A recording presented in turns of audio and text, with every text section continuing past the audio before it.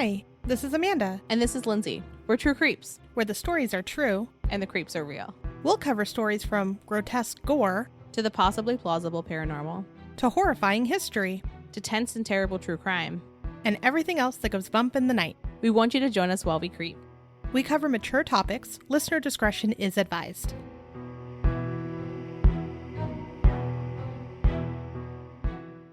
Hey everybody, Happy New Year. Welcome to our New Year Same Me episode, where this year we're going to talk about Kenneth McDuff, who is dubbed the Broomstick Killer. We say New Year Same Me because he was released from parole, had the opportunity to not be awful, and then decided to just keep on with his habits, which, you know, sometimes people do. Most of the time people do. I don't have New Year's resolutions. I say I have New Year intentions. Oh, smart. Because I feel like New Year's resolutions, it's like, I'm going to start working out and I'm going to lose 17 pounds. Like, it's always that kind of stuff. It's never like, I like the voice. That's the voice of my worth is tied to my weight. That's what that is. I got that feeling when you were speaking that way. Yeah. Did you feel like judged by my resolution, as that sometimes kind of is? Yeah, I felt like I had to say me too. Yeah, that's kind of like that voice wants you to say that so that it can feel better about itself. Yeah. But so my New Year intention is to, like, going with that same vein, is to just be a little kinder to myself and like love myself more, and to be a little more mindful with my time, because I feel like I'll be like, oh, I have like 10 minutes. I'm going to just like watch TikTok. And then it's 7 hours later and I'm like dehydrated.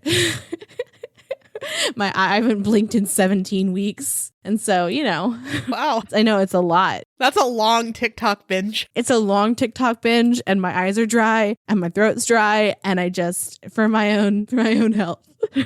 I think that's what they were going for when they made that app. They did. On the app, there's a way to see how many videos you've watched. Oh no. I don't feel good about it. Ben was like trying to guess and I was like, let's not do this. I don't want to Price is Right this number. I actually erased it from my brain what it actually was. Oh, I was going to say, please share with the audience, please. Oh, it was like way more than 1 million. And oh no. Oh, I know. What? Yeah. It was bad. Does it count the same video over and over again? I don't know. Because my son will come in and ask to watch cat videos, and it's the same cat video. Oh. 15 times in a row. Yeah, that's my life now. I'm assuming that if you watch it, then it's counting it. But do you have any New Year's intentions? I don't, because I don't want to lie to myself. I know that I fail every year, and I've just come to terms with it, and I don't want to fail anymore. So if I don't do it, I won't fail. That is true. That is my perfectionist mindset, is that if I am not going to do 1,000% great at something, maybe I just won't do it too. Yeah. I definitely get that. I'm alive. I'm doing things. My sister-in-law has like a chalkboard wall in their kitchen, and I wrote like 2021, please be decent. Like, not even like great, just like decent, just not what last year was. Yeah, well, that's another thing. I didn't do any like New Year's celebrations just because I'm so hesitant and suspicious. Yeah. I feel like if I'm too excited, it's going to hurt. Yeah. So if I'm just like, it happened, then it's going to be like, oh, wait, good things? Tiptoeing in. Exactly. If I just keep cool, don't make a scene. Yeah. It'll be okay. No frost, no frills. We're just asking that not what we had. Better than what we had. Yeah. Let me rephrase that, because a real monkey's paw kind of wish there, if it's not what we had, has to be better. And I think we have a lot to look forward to in January. Mm-hmm. A lot of leadership changes. A lot of good things. Yeah, I mean, a lot of different. Yeah. We're still being led by like an old white guy, but he's probably I'm hoping he's a better old white guy. The bar is low on better. Yeah. 10 out of 10. Excited for a leadership change. Yeah. Some good things to look forward to, I hope. Yeah. While this guy did not. This guy has nothing, had nothing to look forward to, because he is just a terrible human being. Yeah. Was a terrible human being. Woo. Spoiler. Yeah, okay, so let's get into Kenneth McDuff. So he's suspected of 9 to 14 murders. He's the only killer in Texas to be sentenced to death by 3 different juries. And a psychologist who examined him once said that he didn't have a soul. That's interesting from a psychologist point of view to say something like that. Right? That's very unsciency. Yeah. And that's a science term. Yeah, sciencey, unsciency. Yeah. I'm like, that sounds a little too spiritual to come from a psychologist. Mm-hmm. But alas, it was in the notes I found. I mean, they weren't wrong. No, yeah, I certainly don't think that they were wrong at all. And we'll get into some interesting instances of why he didn't have a soul. Also, like you said, the only killer in Texas to be sentenced to death by 3 juries, that is intense. That's insane. Yeah, I mean... And we'll talk about how that even happened, because it shouldn't have happened. Yeah. But he did not stick to being a good person. He decided to be a terrible person throughout his life. Yeah, he just he was like, this is who I am. New year, same me. Yep. So he was born on March 21st, 1946 in Rosebud, Texas. And his mother, her name was Addie McDuff. And she was called the pistol packin' mama because she carried a gun and was known to be violent. I just felt like they issue you a gun at birth in Texas, don't they? Yeah, I feel like part of it is and part of it isn't, just by pure happenstance. But I feel like every time I go to look up like a serial killer, I'm like, da-da-da-da-da, Texas at it again. Like, I feel like I keep seeing a lot of stuff from Texas and I don't know why. Mm-hmm. Yeah, mine, anytime I look up anything, it's always Texas and Florida. Yeah. Sorry, people from Texas and Florida. I married a Floridian, so I've done my... I know. Yeah. He moved. But I don't understand. Like, I felt like so many people, and even when we were talking about the bank robbery in Texas, right? And everyone always had guns. And so I don't know what made her the pistol packin' mama when, like, more often than not, most of them had guns from what I've been reading about. One of the things that I kept seeing about Addie in particular was that, like, it seemed like she would go to like a parent teacher conference and she'd be like, not my son. And like, I don't know why, but I'm imagining that she like spun the gun on her finger. She didn't. There's no account of that, but that's the absolute like vision that I have. Yeah. Well, I guess she always had one in her purse and everyone knew it. And I mean, for everyone to know it, I feel like she must have brought it out way too many times. So yeah, she sounded insane, but she seemed like she was really into her son. He could do no wrong, kind of like how you brought up maybe the parent teacher conference, but she was always on his side. And there's more to that later. As a kid, McDuff was known to shoot animals with his rifle, which already, you know, he's a freaking psychopath. There's a lot to unpack in that sentence. Oh my gosh. Yeah, that's horrible. It's absolutely horrible. I don't understand how that happens. I think it's interesting because like I grew up in a house where we didn't have guns. And so like, and my dad isn't a hunter, although on both sides of my family, my uncles are hunters. And so it's not like, oh, he shot an animal with his rifle. Like if you're hunting deer for meat, that's one thing. But from all of the accounts that I saw, it really looked like he was killing them for the killing portion of it. And maybe it wasn't like, oh, yeah. Deer. That's exactly what I got from that. Is it wasn't for any purpose. It was just to be a terrible person. Yeah. So he also bullied teachers and classmates. What I was reading is even like in grade school, he was terrible to people. And then as he like got older, he got increasingly more terrible. I think this was also in a time when teachers could still hit children. So like, yeah, pretty, I feel like awful little kid to start with. Yeah, terrible in every way. Yeah. So when he was in 8th grade, Kenneth picked a fight with Tommy Salmon, who was popular and athletic, you know, the type of kid. And he was much smaller than Kenneth, but he was stronger. And Salmon overpowered him and had him in a headlock. And then Kenneth bit him.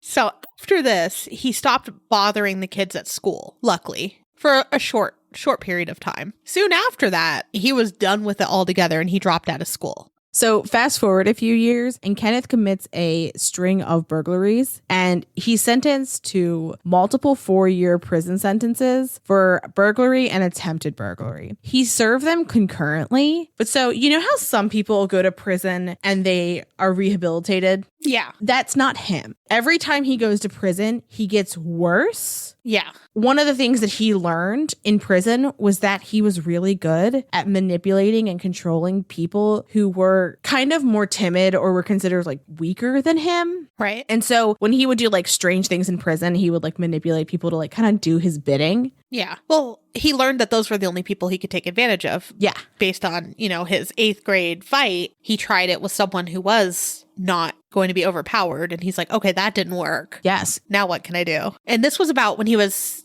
18, I want to say, too. Yeah. When he went for the burglaries. Yeah. And so he only ended up serving a little over 1 year, which that makes no sense to me. Why? Well, if he was underage, if he was still 17 at the time it took place, that might be why. In one of the documentaries that I had watched, they had mentioned around 18. So I'm wondering if that's when he did his time, but maybe it took place beforehand is my guess. That makes sense. We do know that in 1964, McDuff raped a woman, slit her throat, and left her for dead in a ditch. He was 17 and the assault was never reported. That's horrific. Yeah. And that feels very young to be committing something that bad, right? Like that's pretty cold for a 17-year-old, it feels like. Right. Well, it seems like he had all of the signs, though, like Oh, for sure. torturing animals, killing animals, and then also his mother being kind of crazy. He didn't start out well. So a few years later, he meets Roy Dale Green. And it's kind of agreed that when we're talking about weaker people, Green is an example of one of these people. So he lived with his mother. He was 2 years younger than McDuff. One time McDuff was in Green's home and he pinned a woman to the floor and then he squirted a tube of, it's called deep heat, into her vagina. And I looked up what deep heat is and it's a muscle cream, which I'm thinking something like Ben Gay, right? That has that like smell. Like icy hot? Yeah. Like, so it burned.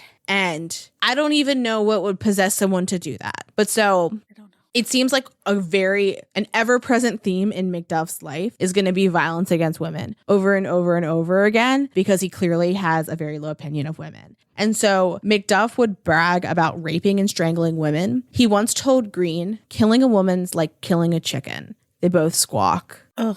Yeah, so essentially he was a sexual sadist and he got thrills from causing pain and terror. And like you said, primarily women. And I don't know when this account happened, but it is said that he would tell people women were to be used and used up. Yeah, and I think that's one of like an interesting phrasing because he's clearly seeing women as kind of subhuman. It feels like, right? Like he talked about them being a chicken. And then when you think like being used or used up, that feels like a thing, right? Like you use up like a tube of toothpaste. Right. I think it's interesting when people talk about killers or spree killers when they talk about sexual sadism, because I feel like the word that's always missing is sexual sadists who are performing these acts non-consensually, because there's plenty of people who are out in the world being sexual sadists who are with willing partners and everybody is happy, safe, and sane. But when we put this in like a murder or, a violent person who is inflicting terrible things on women, I just think it's interesting. Like we use the same language is used, whether you're talking like what people are into or the terrifying shit that serial killers do. Yeah. And this is definitely the terrifying. Did you ever watch Criminal Minds? Yes, I love. Okay, so I know this is really stupid, but every single time we talk about a sexual sadist, in my head, every time I think of Hotchner, go, he was a sexual sadist.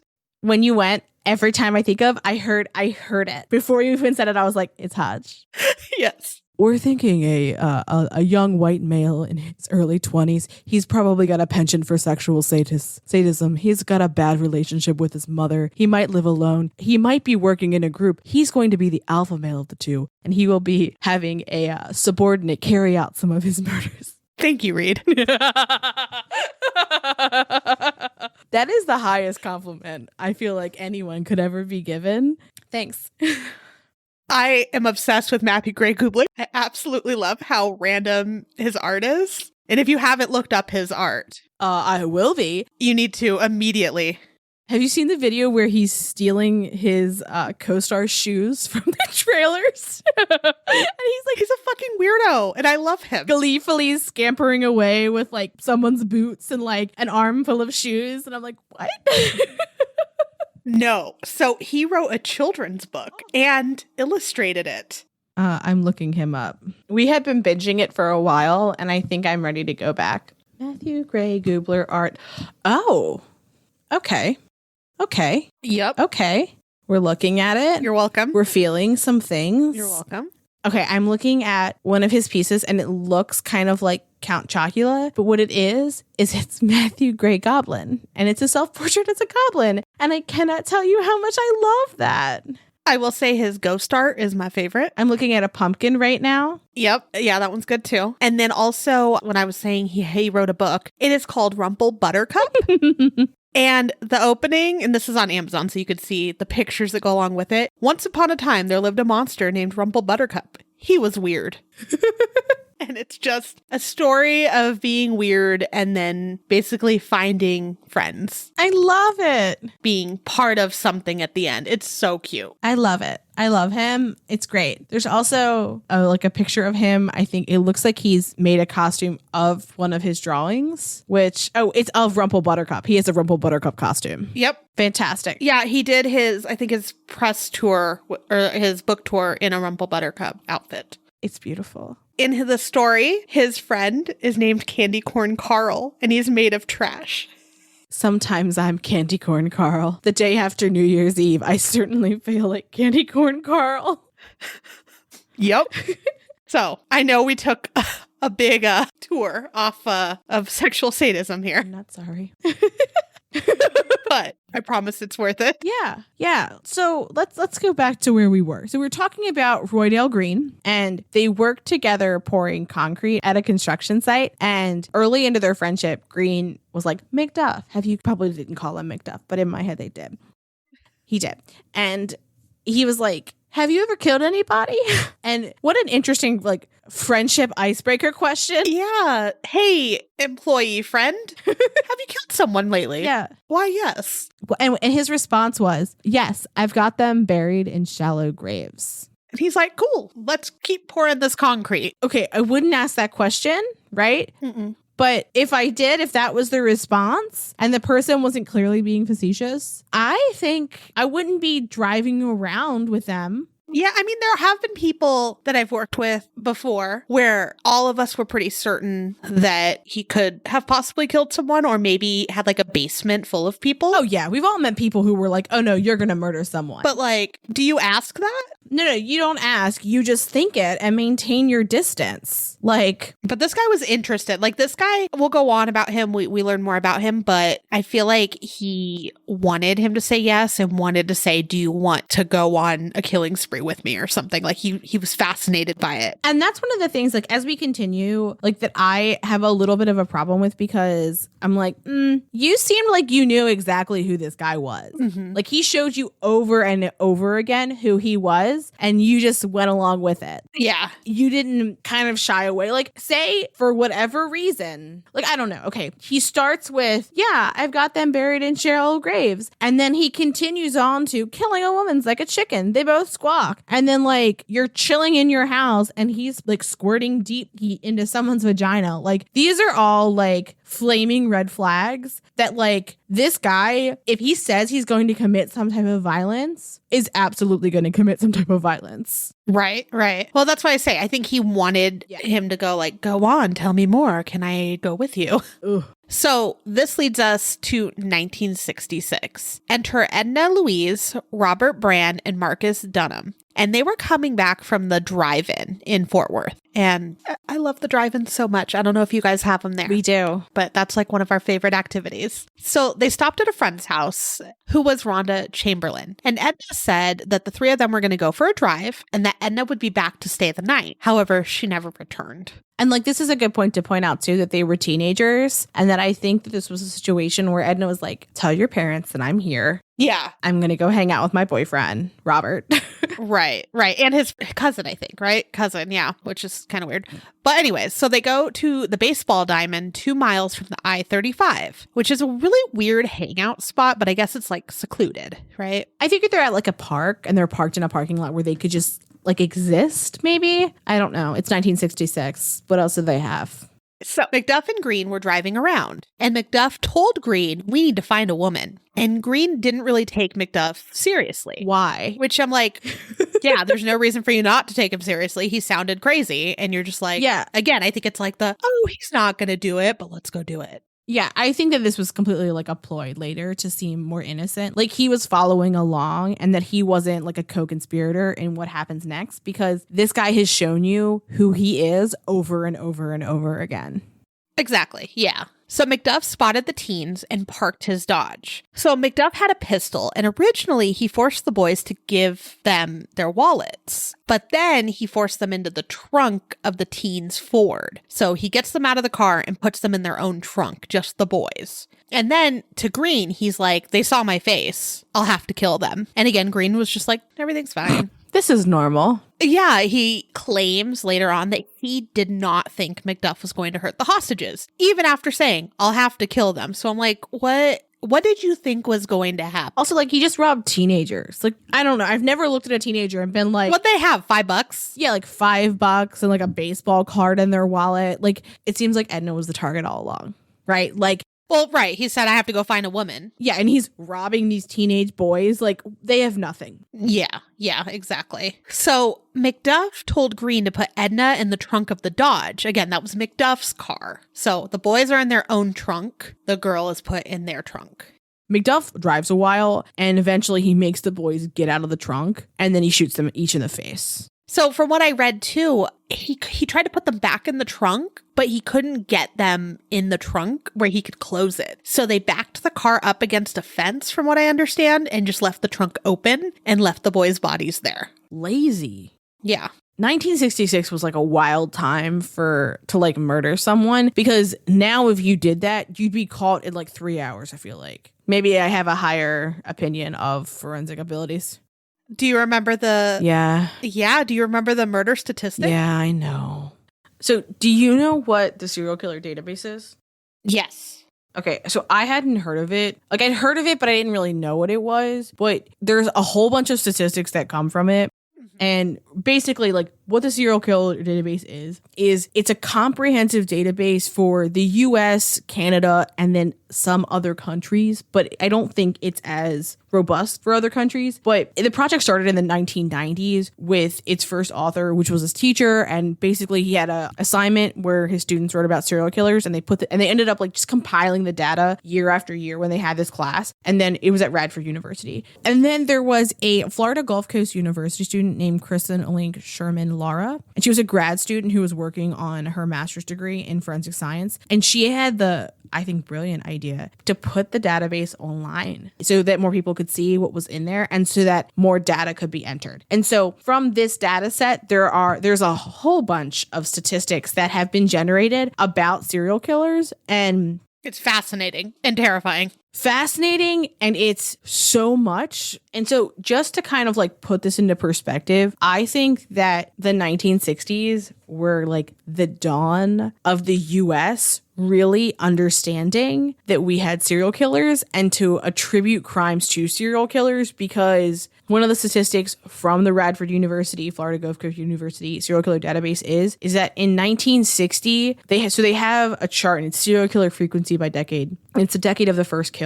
And in 1960, there's 251 in the US. And the decade before, 1950s, 90. That's crazy. Then you jump to the 70s, 670. 80s, 823, 1990, 724. And you get forensics starting to kind of get better and better and better, right? Yeah. And so it jumps to 2000 being 430 and the 2010s being 201. So I feel like that's kind of the start of it leading to its peak in the 80s. Yeah. But I think that's fascinating when you're thinking of like, I don't know, spree killers and like were people noticing how people were being killed? I don't know if that makes sense, but there's even different definitions for what a serial killer or a spree killer is. Sometimes people are like, oh, if you kill multiple people at once, you're a serial killer. And other people are like, no, it has to be different. Right. Interactions, right? Because there's like mass murderers, which are technically people who kill lots of people at once. And then there's serial killers, who are people who they kill one person, they stop. And then there's another interaction, then there's another interaction, and there's that cooling off period in between. Mm-hmm. I could go on and on about this, but we can continue back with Kenneth if you'd like. Well, I think what you said that led us to this is like, I can't believe they got away with it, or what would they get away with it? And there was an article that was posted in 2018. Mm-hmm. And it seems like it's still fairly accurate from what I can see. But there's about a 40% chance that most murders will go unsolved. Does that blow your mind? Does that absolutely blow your mind? That is terrifying. Yeah, I mean, I've seen it in other places, but the one that I can pull up quickly is the Vox article. And that one's the one from 2018. Yeah. And yeah, they go over the statistics between like murder and rape and robbery and things like that and what percentage is solved. And it's unbelievable, but it's around 40% of them will get away with it. It says just murder, but it's like, I'm sure as they continue and it turns into a serial killer, they make, more and more mistakes. Yeah. But still, even one murder, that's absolutely insane and it's horrifying. Yeah, I mean, it shouldn't be that close to 50-50. No. But I mean, I guess, okay, so our generation really grew up with a crime drama. And I would say most of the time in a crime drama, when that episode ends, or that series ends or whatever, like the killer's caught. Like we get it all tied up in a bow. Our romance stories end in happily ever after, and our crime stories end in prison or suicide by police typically, right? And the scary fact is that we are not that advanced when it comes to hunting serial killers, in my opinion. No.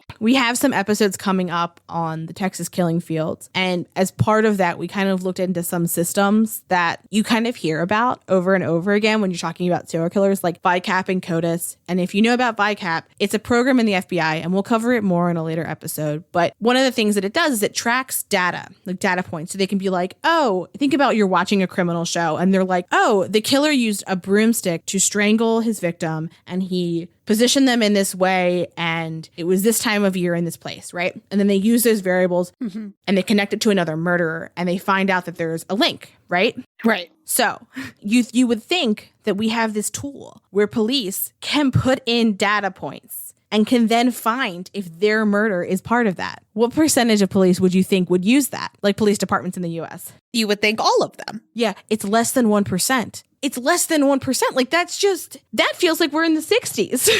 Like, again, yeah. It's horrific. When you look at the stats, I don't know about you, but when I start looking into them, when you read about them, you get like this uneasy feeling of like, oh my gosh, is my neighbor a serial killer? Yeah. Because they could be. I have the sweetest neighbor, so I don't think she is. But you never know. And I think that's the thing is that, like, we have a society that tells you, like, people who aren't like you are what you need to be afraid of when we know that's not the case, right? It's right.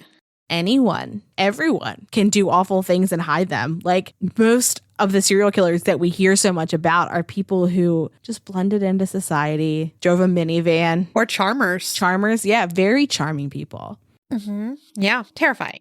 But so let's get back to this. So he backed up to a fence, left the car there, left the bodies there, and then they took off in their own Dodge with Edna in the trunk. They go about 11 miles from where they left the boys, and they pull onto a gravel road. And they get her out of the trunk, and McDuff makes her take off her clothes and then has her get into the back seat. According to Green's account, McDuff rapes her twice, then has Green rape her, then McDuff rapes her again. That's horrible. Completely disgusting. And Green's account is that he was afraid that McDuff would kill him if he didn't perform. But again, you knew who this guy was. Like, why were you in this position? And that's also not a defense. Like, not a defense at all. Like, yeah. Don't do terrible things. But so when McDuff raped her again, she screamed that McDuff had ripped something. So he stopped and they put her in the back in the car and they took her someplace else. And so when they get there, it's another gravel road. McDuff told Edna to sit in front of the car on the road. And McDuff forced Edna's head to the ground and began choking her with a piece of a broomstick. Then McDuff made Green hold her legs while McDuff continued to strangle her because she's probably kicking about. Yeah. And then they left her body there. And so her body wasn't found for some time. They then left that scene and they went and they buried the boys' wallets and their own bloody underpants. Disgusting. The next day, Green hears reports of the murders and starts to feel guilty. Like the absolute piece of shit that he is. I think that's all a game. Oh, absolutely. I don't think that he actually did. It was more like, I'm probably going to get caught for this. How can I, get the upper hand on this and take the situation, twist it so I don't look like the worst one? Yeah. And it's like, even in his, in my opinion, fabricated in the best favor of him kind of story, he's still an absolute piece of garbage, in my opinion. Oh, absolutely. So Green feels guilty, and so he confesses to the murders and implicates McDuff. So the sheriff of Falls County, Brady Pamplin, goes to arrest McDuff. McDuff tries to escape in his car, and Pamplin pursues him. Pamplin then shoots out McDuff's tires in order to apprehend him, which feels like the kind of thing you would see in like a true crime, like fictional show, right? Like he shot out the tires. Or in that bank robbery. Yes. I know you never see people shooting out tires in real life. It feels very dangerous. But so true to who he is, McDuff denies knowing anything about the crimes, and he wouldn't answer questions. Again, not surprising. So as we said, Green turned himself in because he thought, well, one, he said it was guilt, but I think he was like, we're definitely going to get caught for this. So yeah, they were sloppy. Yeah. So in exchange for testifying against McDuff, he was given a lighter sentence. And from some articles, we saw that it said that Green seemed terrified to be in the same room as McDuff when he testified against him. Yeah. And frankly, like if I saw someone do those things, yeah, I would be scared of him. Right. And that trend continues later. Oh, yeah. Remember, he goes through multiple trials. Yeah, and many people are afraid of him. Yeah. So McDuff pled not guilty, not surprising, garbage. And the state sought the death penalty I think in multiple cases. But Green was the state's star witness against McDuff when McDuff was charged with Robert Brand's murder. Uh-huh. McDuff is tried only for the murder of Robert Brand. And Green testified that McDuff shot the two teenage boys and he raped and killed Edna, which isn't untrue, but I think that he was a more active participant than he says. Oh, absolutely. And McDuff, on the other hand, he acts like he has no knowledge about the rape and murders, and he suggests that Green had done this all by himself. So McDuff says basically that he loaned Green his car because Green was going to commit a robbery, and he was like, that's fine. And then... take my car. Yeah, no worries. And then he then committed the murders and rape by himself. Yeah, because the one guy could just overpower 3 people. And I don't know, from what I understand, he wasn't the smartest person in the room. And so it just seems out of his control. I mean, like do something all alone for the first time. Well, also 2 cars. Like how... oh, that's true too. How the car drive itself. You know what I mean? Like it was far enough away from like where they left the boys, I believe was far enough away from the original baseball diamond where they were kind of parked outside of, that it was clear that there was at least 2 people. There had to be. Well, you could argue, like if you really wanted to, that he got Edna in the trunk, left that car, moved the other one, cabbed it back. Oh my God. That's like some dedication. And grabbed the other car. But then that would be another witness. Yeah, that's nonsense. But he tried it. It didn't work for some reason. So on top of that, during the trial, Addie McDuff, remember his mother, proclaimed that her son was absolutely innocent over and over and over again. And she said he was with a girl from church that night that the murders took place, but she didn't want to give her name because she didn't want to ruin her reputation. Go to prison for murder. I'm a lady. Like, no, Mama's delusional. Yeah. The original jury took less than 4 hours to convict him of capital murder. McDuff was sentenced to death for the murder of Robert Brand. Remember, that's the only one he was tried for. He was sent to Huntsville Penitentiary, and the death penalty was supposed to be via the electric chair. Rough. And that was when they still had the electric chair, right? Yes. I think that the reason why they probably didn't try him for Marcus and Edna's death were because they had already convicted him once. And maybe they were like, this will be a waste of state resources since we know he's going to be executed. You can't do anything more than death. Yeah, I just feel like that's not fair to the other families, though, too, to not necessarily get the justice. I mean, they in a sense do, but he never really had to discuss it, and he never had to be sitting there hearing about the awful things he did. Yeah. I don't know. It just seems like not that he got off of, the other ones, because death penalty is the worst thing you could possibly get, but he never was like held accountable in my eyes for that. And that's really sad for those families. No, I think that's true. And I think that's one of the interesting things to think about when you think about our criminal justice system is that you notice that when you're in a civil case, it's victim against the person who they said did the thing, right? Mm-hmm. And in a criminal justice case, it's the state against that person who did the thing. And so technically it's the state saying, you did this terrible thing, and on behalf of the citizens, we are bringing this action against you. That's how it was. That's how I've kind of like perceived it, is that, Yeah. because it's the state that's taking it. So it's not necessarily like this victim, on behalf of them, we do this. It's kind of like, you are a person who has done this thing. You should not be in society. We're pulling you out and like putting you in. And so if you're thinking like, okay, if the purpose of this trial is to pull you out of society and put you in prison, then the trial has done that. And it sucks that the victims' families don't get the two other victims' families, especially, I mean, if one of them was going to be tried, there was one person who got it way worse than the other two in the situation. Right. And I think it's interesting that they chose Robert over Edna. Exactly. Yeah. Because she was tortured much longer and more offenses were done to her. Exactly. That's kind of what surprised me, was that they chose Robert over Edna. Not, I mean, like, death is bad all around, but Edna was raped as well. And so I just think it was interesting that they chose that route. Yeah. And by multiple people. Yes.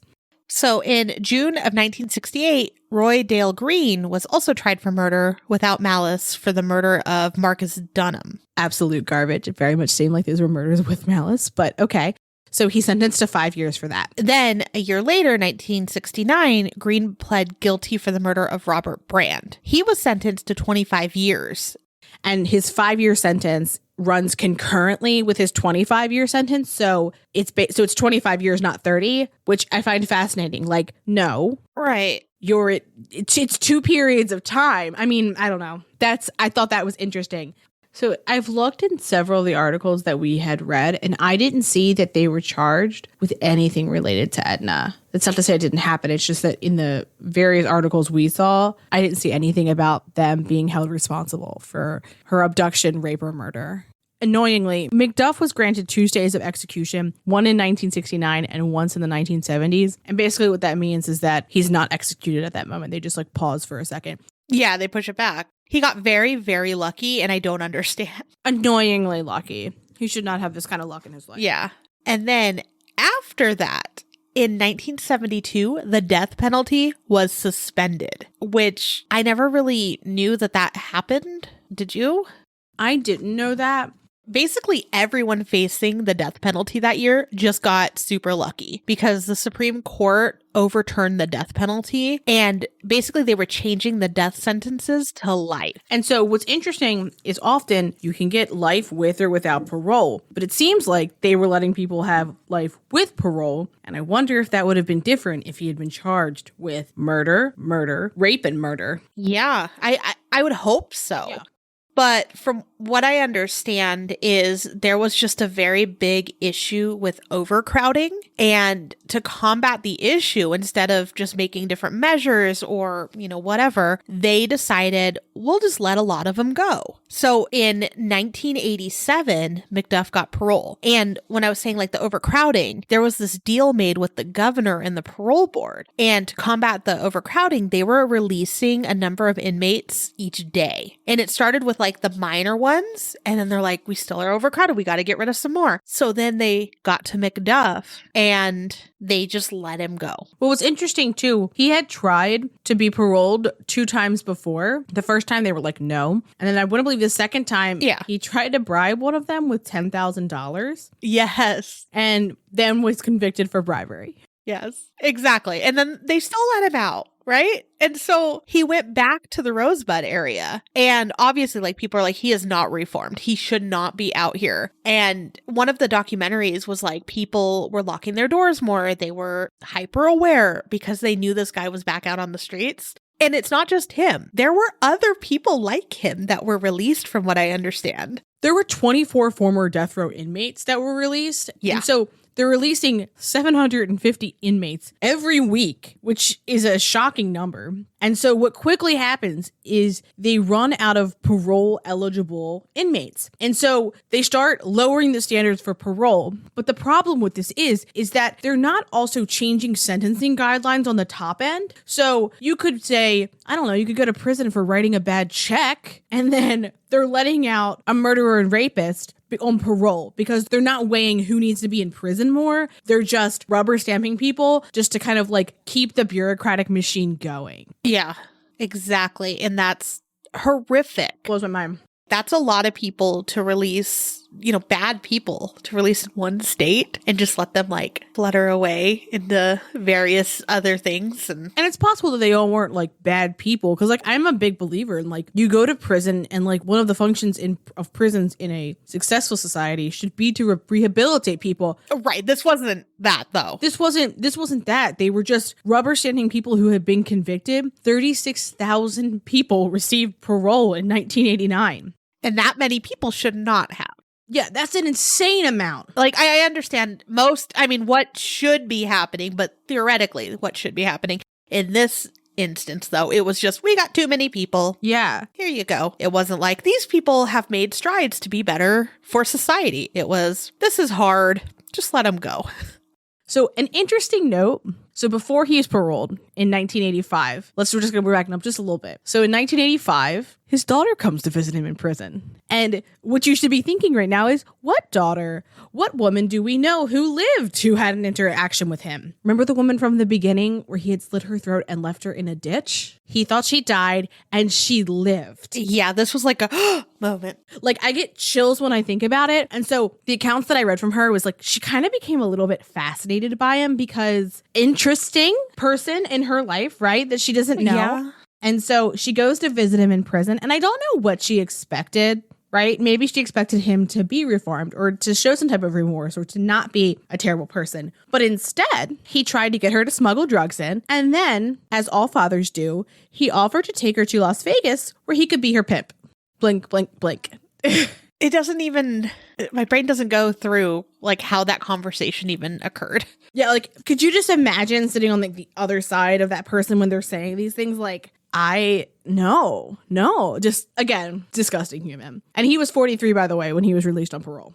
Yeah, that's ridiculous. So another interesting note. So remember we had Brady Pamplin who arrested McDuff. Mm-hmm. At the time of McDuff's release, his son, Larry, was the sheriff, which, I don't know, kind of sweet. But he said, I don't know if it'll be next week or next month or next year, but one of these days, dead girls are going to start turning up. And when that happens, the man you'll need to look for is Kenneth McDuff. Ugh, that's like chilling. Yeah. And then they're like, okay, go about your day. Go live your life. And like, he kind of became the boogeyman of Rosebud. Like Amanda mentioned, people began like locking their doors and there was just this general sense of unease in the neighborhood. But people were like turning on porch lights and guns that they had left unloaded, they loaded. And that there were rumors around the town that McDuff had threatened to kill one person for every year he had spent in prison. And that he was going to retaliate against anyone who embarrassed him as a kid. Yikes. Well, remember how we said, New Year, same me. Same me. Yeah, same him. Maybe a little worse. Yeah. New Year, worse me. Yeah. Also, after he was released, he left a message with 3 gunshots on an answering machine of a man who had interrupted him from strangling another woman with a broomstick. I just, what a message. And also, it doesn't seem like the easiest murder tool. No. He was dubbed the broomstick killer, but leaves a message and still goes about his day, right? So 9 months after being released, McDuff was charged with making a terrorist threat. It could have kept him in prison for the rest of his life because he was on parole. And basically what he did, because he was a racist, piece of garbage, terrible, awful person. Yeah, he is garbage. That's perfect. But he was yelling slurs at a group of Black teenagers and then chased one of the kids down an alley and threatened to kill him with a knife. And again, on parole. You can't do this anyways, but on parole, definitely should not have been able to get away with this. At McDuff's preliminary parole revocation hearing, his defense attorney had to scold him, basically, because McDuff would not stop yelling about how he hated Black people, which, like, what? At a hearing. Yeah, at a hearing. And then the district attorney's like, I'm going to drop these because the witnesses are too scared to testify. Because they're letting this guy scream at the witnesses in the hearing. And I'm like, oh, come on. It's just like, it seems like an easy case. Absolutely. But I think it's just the overcrowding. They're like, no, we don't want any more people in here. We're already trying to get more people out. Ooh, he seems like one you definitely want in. Oh, right. Well, the nonsense continues at his next one. We'll get to that. But yeah, he doesn't even try at hearings. He just freaks out. And it's fine. So McDuff began living in a dorm on campus when he enrolled at Texas State Technical College in the spring of 1991. Okay, so he's still free. Now he's like, I'm going to go to college. So while enrolled in college, he actually ended up beating up and nearly blinded another student and threatened several others. He began drinking. He got addicted to cocaine. And from what I understand, he was like doing drugs, selling drugs. So then, he's in college. He's like, okay, I'm going to make some money legitimately, even though, he was doing all this drug stuff. But he became the cashier at the Quick Pack, which is like a gas station convenience store. In one of the documentaries I was watching, it had some videos of like the outside of it, and it just looks like a little gas station to me. But he quit after a month. This gas station will come up again. And from what I understand, it didn't have like a way to know if someone entered or left the gas station. Oh, that's interesting. And someone would be alone at night working. Oh, this is some dark foreshadowing. So it wasn't the safest place. Okay, he was working at a Quick Pack, which, by the way, there's no C's in any word in that. It feels important to mention for whatever reason. And he quit after a month. Sorry for my interruption. I mean... It wasn't as fun as running around selling drugs. He probably wasn't making as much. I would imagine not. So, yeah. So that's what he was doing during the summer. Again, he was not arrested for violating parole. He's running around using, buying, and selling drugs. Just fine. So then he starts to murder again. I'm shocked. And there's several people we'll talk about. Yeah, right. And all of the victims were alongside the Interstate 35 in Texas. Can I just mention a quick brief note of my nerding out recently on serial killer stats? Have you heard of the Highway Serial Killer Initiative before? I have, only because we've researched some things in Texas. Yes. For future shows. If you don't know about it, it's exactly what it sounds like. They investigate serial killers that work along highways because generally there's a lot of issues. The biggest being cross-jurisdictional crimes are difficult to solve.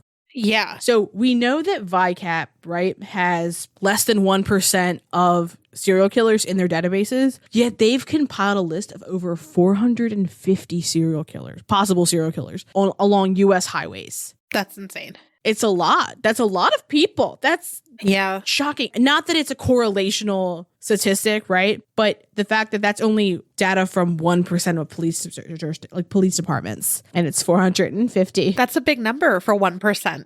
Yeah, less than 1%. Oof. Yeah. And that's as of 2004. Yeah. I rounded up.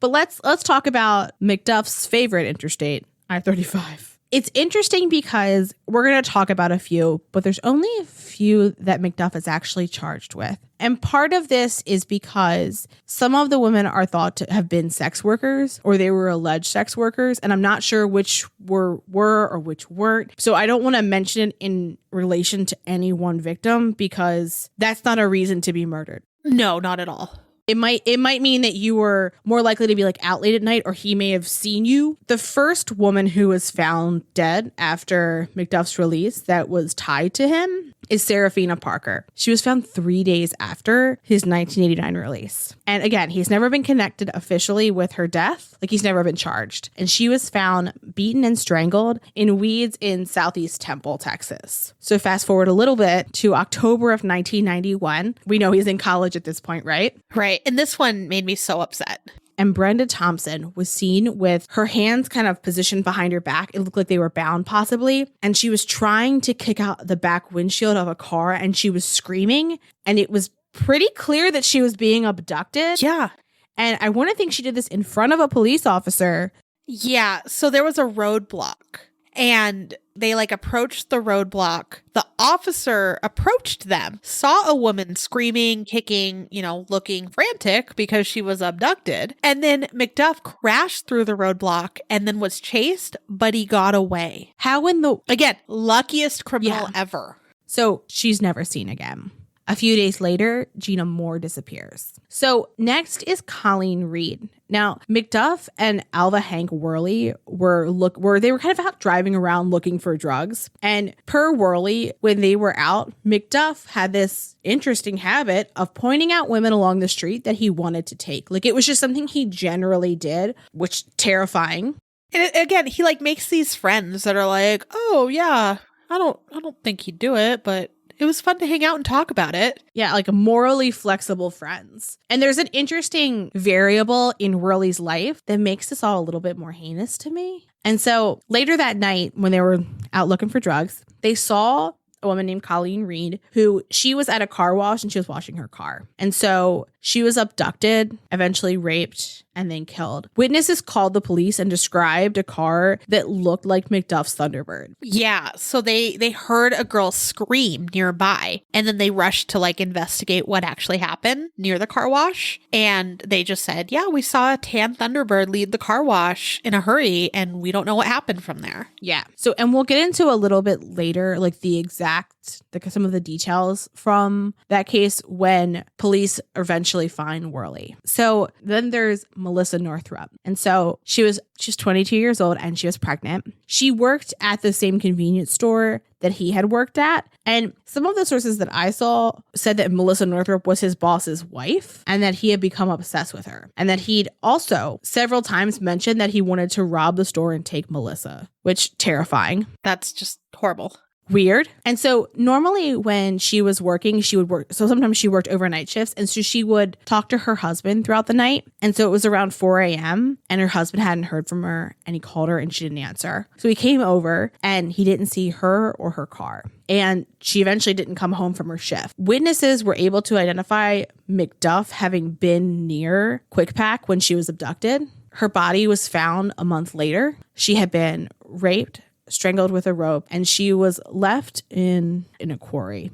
So this I thought was interesting though. So like a few days later, McDuff's car was discovered at the nearby New Road Inn, I want to say. And that's when they're like, okay, so he was close by. He is definitely a suspect. Yeah, so that made him a suspect finally, after he's been running around killing everything that moved. Just horrible. And so interestingly too, because at this point they're pretty sure that obviously that McDuff is related to Northrup's death. So he's featured on America's Most Wanted. Mm-hmm. And we'll get into a little bit more how he's found in a bit. But I think it's interesting that like it's her death that's like really gets him in the spotlight. I think a little bit more than he maybe was before. Yeah, I think it's just because they finally had something to be like, okay, he was definitely nearby. He is known to make bad choices. But it's interesting that America's Most Wanted, had this little bit about him and things stem from that. So there was a task force assembled, McDuff Task Force. Waco assembled it in 1992. So there were two federal marshals, both of the last name McNamara, who worked on it, and they were both associates with Larry Pamplin, our Falls County sheriff from before. And so it was the McNamaras then, Larry Pamplin, law enforcement from different counties and local police departments, agents from the Bureau of Alcohol, Tobacco, and Firearms, and the Drug Enforcement Agency, as well as Texas Rangers, Texas Department of Criminal Justice, and 24 federal marshals from Operation Gunsmoke. That's an insane amount of people for one person who's sloppy. Absolutely. Yeah. So something that I also found really interesting, but also like made me really angry is when they first assembled the task force and like they had the big manhunt, right? It was still a missing persons case. So the jurisdiction only fell to local authorities, and the Texas Marshal and federal prosecutors, everyone wanted in on the case, but they couldn't until it was a federal case. So they had to wait for it to become a federal case before everyone finally could get involved. Luckily, Bill Johnson, who was a federal prosecutor, did some digging, and he found someone that was willing to say McDuff sold him LSD, which then made it a federal offense so that everyone could take part in the search. Huh. That's interesting. Mm-hmm. Made me mad, like when there's multiple people wanting to help and they're like, no, it is a local case, instead of just like letting... Well, and bringing it back to Criminal Minds, how many times did Hodge tell them we have to wait till we're invited in? Much like of the vampire of law enforcement. Hotcher is the vampire of law enforcement. I love him. So finding McDuff was finally a national priority. And the task force started in Temple because some of the acquaintances lived there. And then Teresa, remember that's McDuff's daughter, told the task force that she did visit him in prison because she found him fascinating and that he tried to get her to smuggle drugs. Then she told them the story of how he suggested to take her to Vegas and become her pimp. So there's a rumor that his final parole hearing that was successful, the reason it was successful is because each member of the parole board was bribed $25,000, which it doesn't seem like would have been necessary because they were just like, and you get a parole and you get a parole. Where did he get this money, though? I don't know. I never saw anything that said they were like a very wealthy family, but the McDuff family had apparently told her that at least one of the parole board members was bribed. So I thought that was kind of interesting with the rumor of them being bribed as well. Yeah, so she told them that. And then she also told them that she moved out of state to be super far from him. So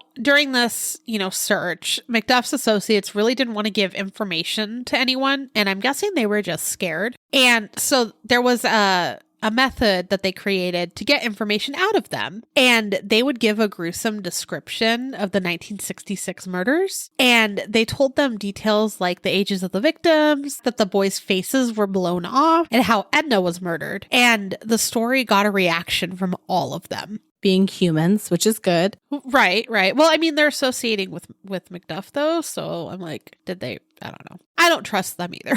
Yeah, I mean, fair. But anyways, so task force members were working 18-hour days and not taking days off. And they would even, sleep on the marshal's office floor. It was just crazy. There was some interviews in one of the documentaries with the people that worked on these task force saying that they've never experienced anything like this before because it was just all day, every day. This is all they were working on. Then finally, one of the associates said that they had spent Christmas with him in Austin. So they spent Christmas with McDuff. And this was helpful because it basically pinned him in the area a few days before Colleen Reed's murder. And witnesses had described two men in a tan car that had rounded taillights grabbing Reed from the car wash. And the assailants then took off going the wrong way down the street. So it was something that McDuff was known to do. So what I saw was that like going the wrong way down the street was something he did because he could. It was kind of like flipping the bird to authority, which I'm like, what a weird habit. Well, in his eyes, though, think about it. He is untouchable. Yeah. He literally goes to a roadblock where there's a woman in his car and he literally is there. Officers see the woman and he still gets away with it. He's on death row and then gets out of prison. Like, it blows my mind. Honestly, he felt invincible. Fair. I mean, look, fair though.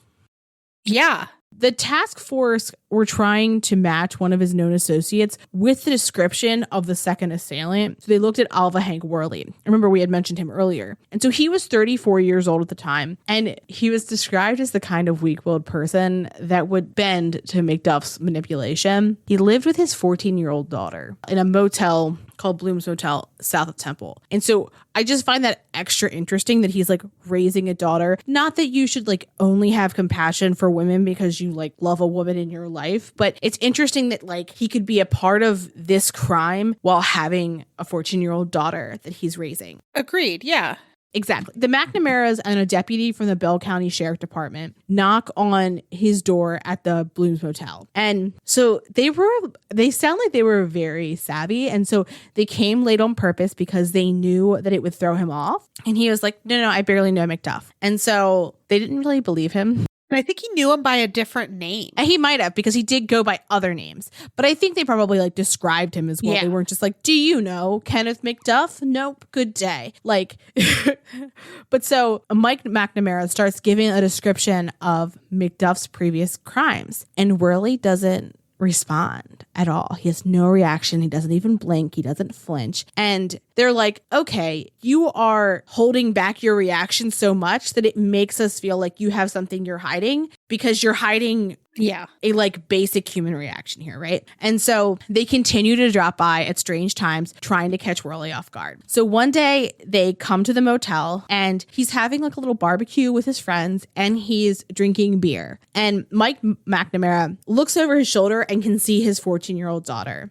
And he says, Hank, you're hiding a kid killer. You know that? You're protecting a man who raped and brutalized and strangled a girl not much older than your daughter over there. Picture her on the ground, a broomstick across her throat, crying out for help, begging you to speak out, to do what's right, to save the life of some other young girl too.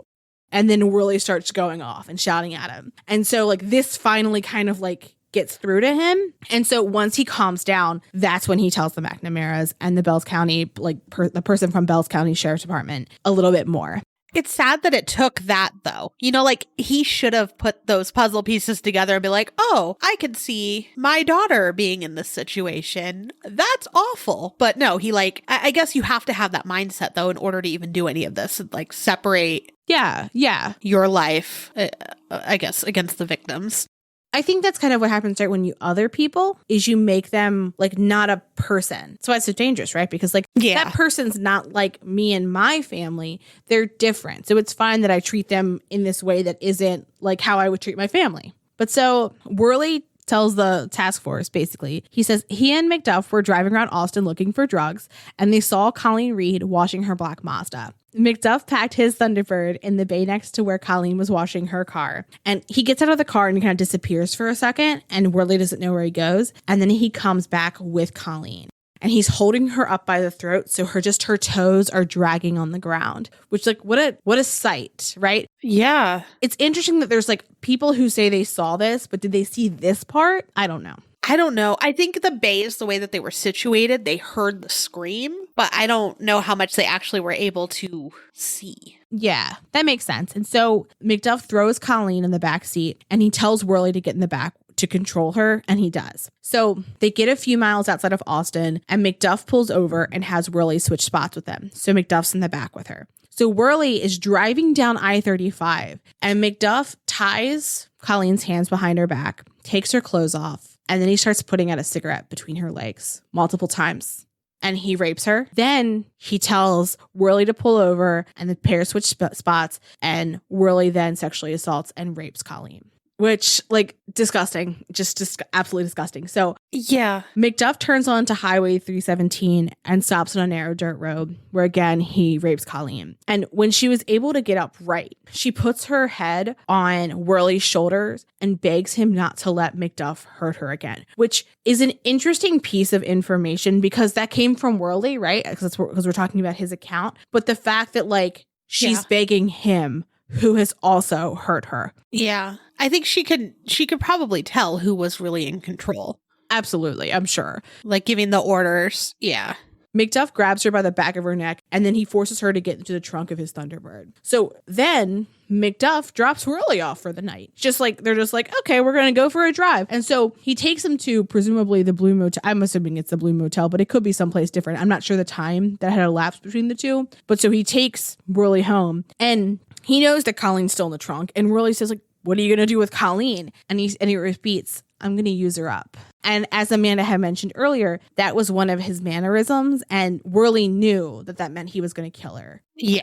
And so it just continues to get and stay gross as we continue. But police think that he buried Colleen 100 feet from his parents' house in a field. And Worley's statement about what happened get national attention. And that's when it goes on to America's Most Wanted in May of 1992. So this is where we go into America's Most Wanted because they still didn't know where he was. The informants had, been with him at times, but they still could not find him. So the broadcast actually went on air in May of 1992, and it generated numerous tips. So one was from Kansas City, Missouri. And so remember, they're not in Texas here. He moved states. And a man called and said he worked with him at a trash company and that he was going by the name Richard Fowler. And then as they investigated, it turns out Richard Fowler was McDuff. In May of 1992, right after that broadcast, that's when McDuff was finally arrested and flown back to Waco, Texas. But hold on. Where was he found? Kansas City, Missouri. But where? At the city dump, like the piece of garbage he is. Sorry, I just needed to say absolutely. So there's this video, and it's so sad. But when he's basically walking in after being extradited to Texas, Melissa's family is outside the building screaming at him as he walks into the building. And so one of the documentaries has the video footage of how angry that poor family was. I mean, yeah, they had every right to be, but it's just so sad because you can see the emotion in their voice and in their faces as they're no, that's heartbreaking. Struggling with this. Yeah, it was hard. It's just a quick clip, but I feel like I can still see it in my head right now. It's so sad. It's bad enough to just lose somebody who you love, it's even worse when you know that this is what happened to them. Right. And that's the case too that they had the strongest evidence for. So that's the one that they tried first. Yes. So he was charged with murder of Colleen and Melissa. In July of 1992, there was an arraignment on capital murder charges, and then McDuff pleaded not guilty. They also got a change of venue because it was heavily publicized, which that's currently what's happening too with the Vallow case, is they were requesting it. I think what's hard in this day and time is that, like, yeah, you should be able to find like a jury pool who's not tainted, but how do you do that with the way that news travels now? It's hard. Yeah, especially like going from 92 to now, where it's literally on your phone, it's on your TV, it's on your radio, it's literally everywhere you look. So that's, yeah, it has to be really hard. It's from your weird friends who always want to talk true crime with you. Exactly. During the first trial for Melissa, he was rude and disruptive, as he was before. He tried to represent himself, but didn't provide truthful accounts of what happened the night Melissa was killed. So that was the first one he was tried for, and then he was tried for Colleen's. So in February of 1993, there was a second capital murder trial in the Houston courthouse. Cameras were there. However, they could only record pictures with no sound. So there was a few clips in one of the documentaries, and I'm like, oh, I wish I could hear what was happening. Yeah. McDuff's mother was a witness, and she was 77 years old at the time, and she was in poor health. She confirmed that he had used her credit card and had receipts to show that he was in the Waco area the night of the abduction. In court, he was agitated when two of his former friends had testified that he used drugs and tried to talk them into robbing the convenience store. He had like this weird obsession with it, and I think it's because it was so poorly secured. Yeah. And like it was easy to slip in and out of the store without really being noticed. At one point during this trial, to his lawyers, he basically threw a pencil across the room and then yelled at them, "Why don't you sit on the prosecutor's side? You're helping them more than you are me." He's such a shitbird. So like he's just making this big scene, and like he's pleading not guilty to this, and then he's losing his mind, and they're just like, continue. He's just not making a good case for himself. Yeah. He also complained to reporters that his attorneys were not following his orders. And there's also a video of that too. The judge allowed testimony of Alva, the accomplice for the murder of Colleen. And to establish a pattern of conduct, or, you know, a signature, they allowed him to give his testimony too. So they could see basically what was similar in both crimes. And some of the similarities were the victims both looked semi-similar, and shoelaces were used to tie them up. So Alva, again, with what we had talked about before, he was very nervous and he was very scared of McDuff, and he even said it to reporters. There's one video clip of him basically walking, and he says like, yeah, he's scared of him. So McDuff took the stand against the orders of his lawyer. It's pretty common that an attorney will be like, don't take the stand. Yeah, and he's like, I'm going to do it. And for 2 hours, he basically ranted nonsense. And everyone just had to sit there and listen to this. Can you imagine being in that courtroom? Yeah, I mean, have you ever had someone tell you a story that you know is a lie? Like, to your face? And there's this, like, simmering little, like, indignant rage that goes with it where you're like, you're lying to me to my face. Yeah. And so, like, I would imagine there's just, like, a thin layer of that spread across the courtroom to anybody who had to hear his bullshit. Yeah, and then let that go on for 2 hours. The prosecution was probably like, continue on, please. Please go on. Yeah, exactly. Because from what I understand, it was just complete nonsense. I couldn't find any, obviously, videos with sound, so I couldn't hear his wonderful story, but there are little snips in some of the documentaries. In 1994, a jury in Seguin convicted McDuff of murdering Colleen Reed. The jury in Houston convicted him of murdering Melissa Northrup. Both juries sentenced him to death. So in 1994, he had received that second death sentence for the murder of Colleen, even though her body wasn't found yet. There's video of him resisting officers while leaving the courtroom. So it was just an absolute shit show from what I can see. Yeah. So again, they didn't have all these bodies, right? So he's sitting on death row, and they get an informant to try to talk to him to get the location of the bodies. Because as his death date came near, they're like, well, we really need this to help the families too. So the informant was able to get some information, and the first one was for Gina Moore. She was found next to a bridge off the side of a highway. In late September of 1998, investigators recorded the recovery of her skeletal remains, and her hands were bound with shoelaces and her ankles were bound with stockings. And I watched some of the video. It's sad. The informant was also able to get information to reveal where he had buried Brenda Thompson, and it was in a heavily wooded area outside Waco, and they found her buried a foot deep, lying face down. Oh, man. So here's the thing, though. So Colleen's body was still missing, and he refused to give her location. Basically, the reason he said he didn't want to give it up was he thought that he wouldn't be needed anymore, so that they wouldn't give him his privileges, which was like commissary and things like that. Even though it was only I want to say 2 weeks before he was set to be put to death, he was like, no, I'm not going to give that up because then I'm useless to them. So officials had a meeting with him to basically say nothing will change. I mean, he's already on death row, but they just want these details. So he finally agreed. So he finally gives up the details and he's like, yeah, it's near the river. So officials went, they looked, they couldn't find her body. So then, this is really weird, but they secretly arranged to bring McDuff to help them. Ugh. So they had a bunch of officers. I'm like, oh my gosh, he's gotten away so many times. Yeah. And you're going to bring him out again? When I was reading this and watching them, I'm like, oh my gosh, I know what happens, but I'm still like, is there going to be a chase? But anyways, yeah, they bring him out, and on October 6th of 1998, there's a video of the search. And basically, he pointed it out within a few feet of where the remains were. So finally, they were able to return the body. Kind of a weird thing, too. There was a reporter, I want to say, that came to visit him. And before he released the information of the bodies, he still said, it wasn't me. He basically said he was innocent. But then a few days before his death, and obviously he already gave up the body, he admitted to murdering the 3 in 1966 and the 5 adult females since his parole release. However, it is still suspected that he may have killed more during that time. His execution date was November 17th of 1998 after another delay. And at 6 p.m., he was led to the death chamber and strapped down. This was the only time that he showed any emotion, and he was scared. One of the interviews said his veins were kind of popping out and Woof. They could tell that he was scared. Yeah. Yeah. But even though he was scared, he never really showed any remorse. His last words were, I'm ready to be released. Release me.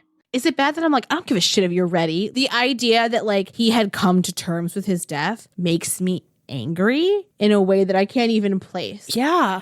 Well, at least he was scared, I guess. There's one interview that was like, he had an easy death compared to the victims. I want to say it was one of the victims' mothers talking about it. And she was just like, my daughter suffered. Yeah. And Melissa Northrop's mother, so they interviewed her shortly after he was executed. And she was like, I feel wonderful. I know exactly where he was released to. And his family didn't even claim his remains. Yeah, they didn't claim his remains. And then basically he is buried at the prison in Huntsville. And his grave is only marked by his death row number. Doesn't even have his name. Yeah. One of the interesting things that came as a result of the bureaucratic bumbling that was the parole release of Kenneth McDuff is McDuff laws. So his case spurred criminal justice reform throughout Texas. The state built $2 billion worth of new prisons. They made parole eligibility more strict, and they imposed a 40-year minimum sentence for capital murder. Good. It's sad that it took this, though, for them to do that. Yeah, I mean, I think this is a full episode's worth, but prisons in America are a cluster of something. And I think that in this case, in that decade specifically, Texas failed its citizens. Absolutely. That's a real heavy statement, and I stand by it. If your prisons are supposed to help keep people safe because you take people who've committed crimes off the street, then you messed up. You messed up bad. And I'm glad that they passed legislation, and I'm glad that they built infrastructure to hold prisoners. I do think that any good criminal justice reform is going to not just take the tailpiece of prisons, but they're also going to take a very hard look at who's going into those prisons in modern day. A lot of people are put in prison for drug problems when rather they could be sent to addiction recovery programs. I think that's actually like a giant problem in our country, but Oh, yeah. that's a whole different conversation. But when we're talking about convicted murderers, they belong in prison at the very minimum. I'm not a personal believer in the death penalty because I don't think There's too many mistakes that happen too. Yeah.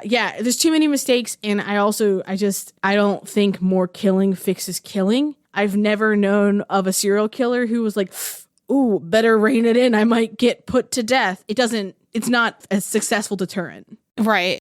So I went down this rabbit hole once because it sounds really stupid, but I think on one of the true crime YouTube videos or something that I was watching, someone had commented like, no, he deserved more time. And someone from another country is like, you should look at our prison system because we actually do things a little different. And so I kind of went down a rabbit hole of like looking at different countries' prison systems and how they're more out to reform people, and like they have programs and a lot of education and things like that to help people actually progress and get better. And I was just like, oh.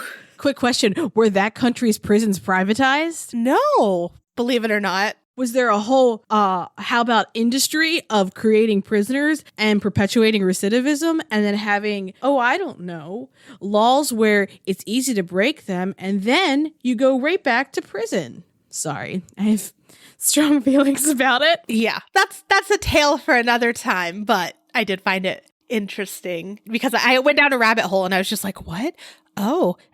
Why? Oh, I see why we're not doing it. Oh, it's money. Okay.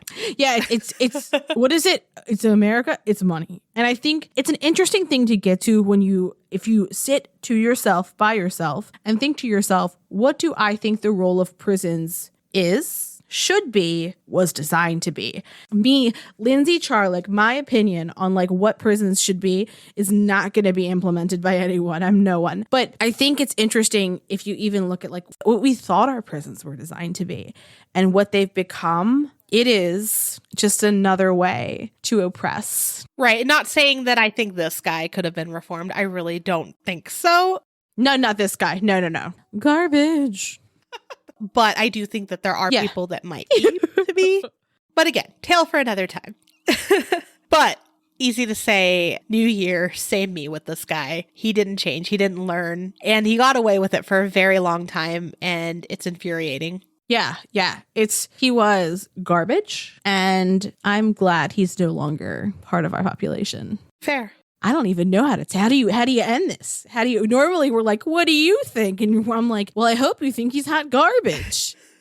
Well, I think we're in agreement on this one. Yeah. 1,000%. Yeah, we're at 1,000%, but feel free to tag us if you have any New Year's intentions that you want to chat about. Yeah, I like that. Intentions are so much better.